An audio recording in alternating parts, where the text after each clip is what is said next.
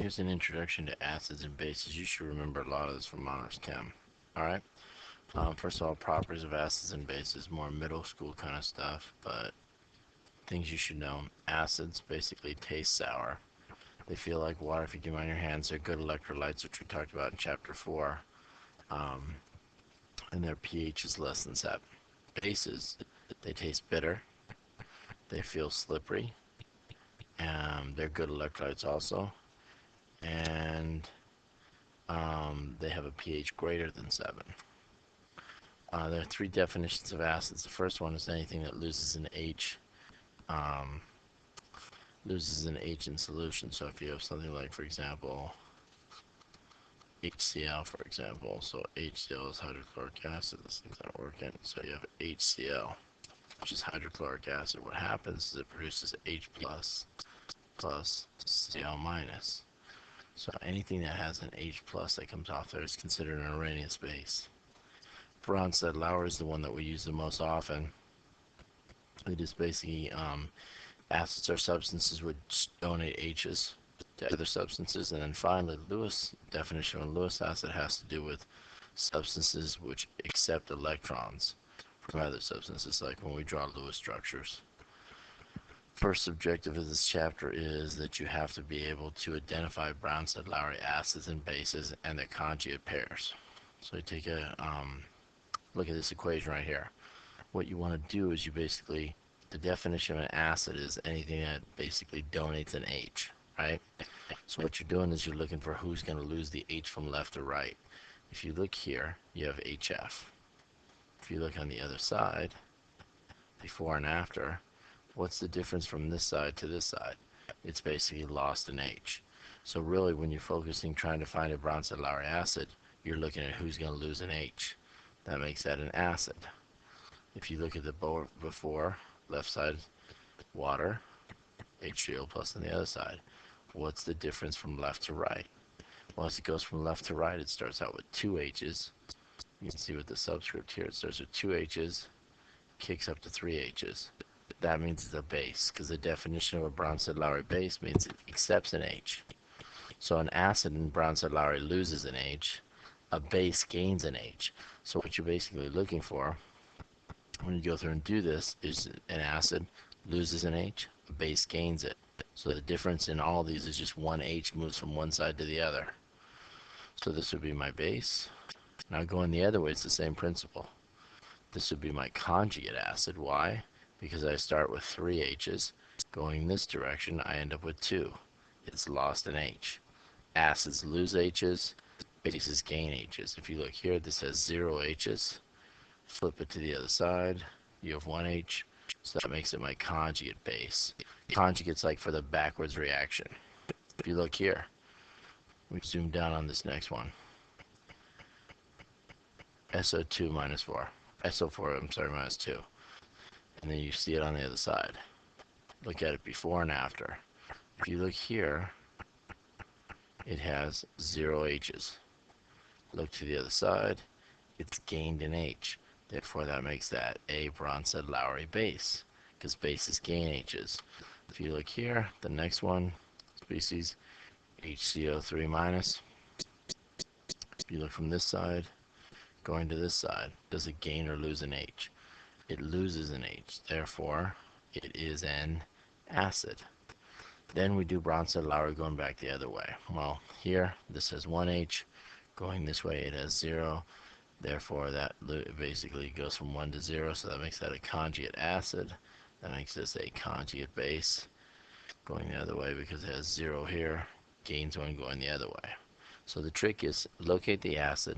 The acid's going to lose an H. The base is going to gain an H from one side to the other. So if you look right here, take a second, pause on your hit pause on the video, and copy this down and try and see if you can identify the Bronsted-Lowry acids and bases. So if we look right here,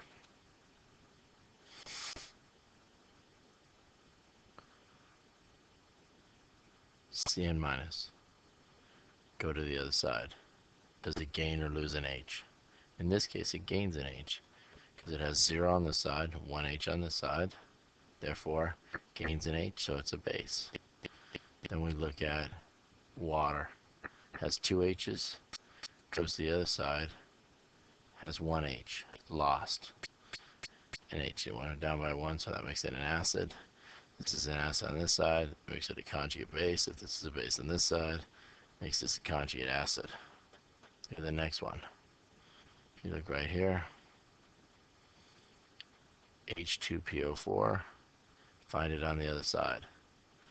Has the number of H's gone up or down? In this case, it's gone down. So that would make this thing, erase this here, that would make this a Bronsted-Lowry acid. The acid's in yellow because it goes down. That would make the other one, H2O going to H3O, the Bronsted-Lowry base. On the other side, this would be the conjugate acid. This would be the conjugate base. Do the bottom one. NH4 plus. There it is from that's left side to right side.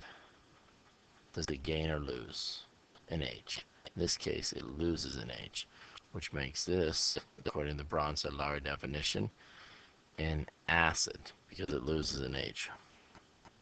This is the conjugate base on the other side. NO2 minus, going from left to right. It gains an H, which makes this a base, and that would be a conjugate acid. One of the key things you have to focus on is and anytime you need to get conjugate acid, just add an H. So if you take, for example, HO2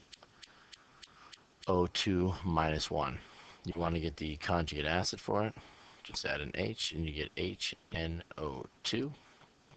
If you want to get a conjugate base, remove an H. So if I take HCl and I want the conjugate base, Cl minus. So the difference between a conjugate acid and a conjugate base is just a single H. That's all you're doing.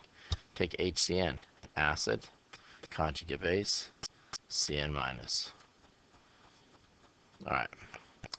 Next thing, acid strength. When we talk about acid strength, basically, we're talking about how much it dissociates or breaks apart. For example, we know HCl is a strong acid because it basically completely breaks apart. So if it ionizes 100%, we learned this in chapter 4, it is considered a strong acid because it breaks into that 100% of the time. So it completely disassociates. That means when we go to calculate a K value, like we did for equilibrium, an equilibrium value, we say it will have a large Ka value. K subscript A means equilibrium constant for acids. So it is a very good electrolyte because it breaks apart completely, has a large K value because it completely disassociates. Whenever we say a strong acid, those are key things that you need to know. Relative acid strength, strong acid, breaks apart 100% of the time, so you end up with 100% H2O plus, and then the anion, a weak acid, we say partially disassociates. So if you start with this much weak acid, you still end up with a lot of it still together. You produce a little H3O plus and a little anion. A very weak acid is almost close to zero dissociation. It barely breaks up. There are 6 strong acids. You're expected to memorize them. NO3, HCl, HBr, HI, H2SO4, HClO4. If you have those 6 memorized, that makes everything else a weak acid. So if you know the 6 strong, any other acid that you encounter and you see in any of the problems in this chapter automatically become weak simply because they're not a strong acid. Common weak acids we see in chemistry, HF is a weak acid.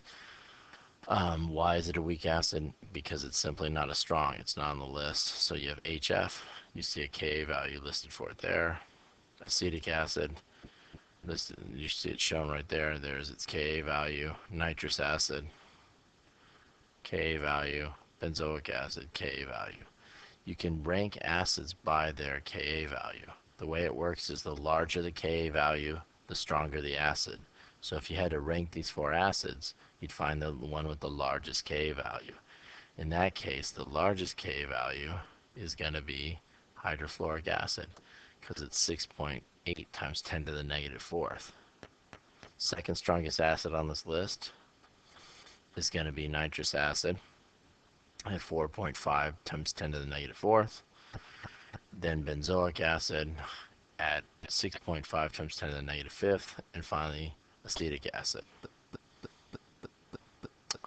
Here you can see a table with Ka values listed for different acids. Notice acid strength increases at the same time Ka values increase. So the larger the Ka value, the stronger the acid. When you really talk about what a weak acid is, basically, it means that it barely breaks up. So they're asking you which of these best represents a concentrated solution of a weak acid. Well, look at the dissociation. If we take this right here, notice we have 1, 2, 3, 4, 5, 6 H plus is produced. That's how much it breaks up. If you look here, I have 1 H plus, and that's it. So if you basically, a concentrated weak acid, basically the one that's going to basically produce the most H plus ions is going to be this one, which means it would have a larger Ka value.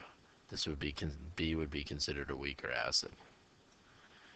pH scale, you learned about this last year in honors chemistry. If you go to calculate pH, it's a very simple calculation. You just have to find the HCl plus concentration, and you take the negative log of it. So you just pop the number, hit negative log in your calculator, and you get pH. So for example, if I told you the HCl plus concentration was 0.01, you take the negative log of it, you get a pH of 2. And we'll talk more about calculations like that on Monday. pH scale runs basically from negative value just below 0 all the way to just past 14. Neutral is pure water. Anything that is below 7 is considered an acid. Anything that is above a pH of 7 is considered a base. What does that really mean when you say that? Well, a neutral solution that has a pH of 7, it means that the H plus and the OH minus are always equal in a neutral solution. If you say something's acidic, it really means you just have more HCl plus than OH minus. If you say something's basic, it means you have more OH than HCl plus. All right? So that's a basic review of acids and bases, pH scale. These are things you should have learned in honors chemistry. I will give you a short quiz on Monday, naming the 6 strong acids, a couple conjugate acid, conjugate base problems, and a couple other definitions. Know that you need to also be able to rank acids based on their Ka value. So just remember, the larger the Ka value, the stronger the acid. All right, have a good evening.